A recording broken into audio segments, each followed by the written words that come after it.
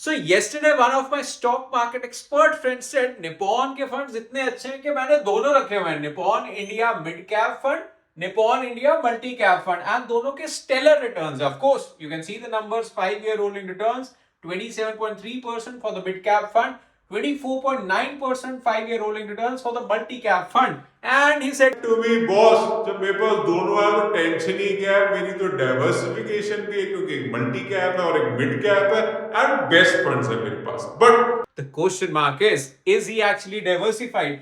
What is the overlap between these two funds? One on the left, which you could see Nippon India Midcap Fund, and one on the right, which you see Nippon India Multicap Fund on the red. And this is the overlap I am talking about, which I want to talk about more in detail. And the number before you even skip the video for you to know is 29% overlap, which is a very high percentage overlap between two funds. That means limited diversification. How does this number actually come? Which all stocks are the ones which are common between these two stocks? Let's try to understand now one by one.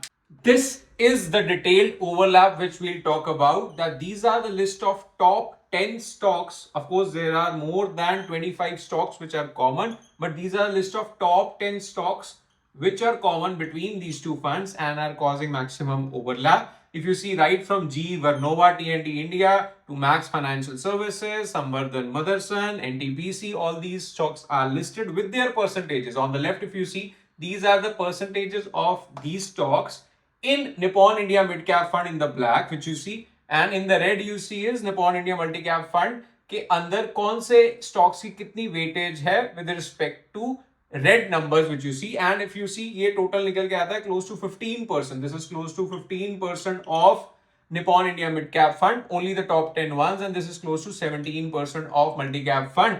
But the real question which I'm trying to answer from this detailed numbers is that both of them have quite a lot of stocks in common. So if you're thinking of diversification, probably these two funds which give you 30% overlap might not be the best suited funds.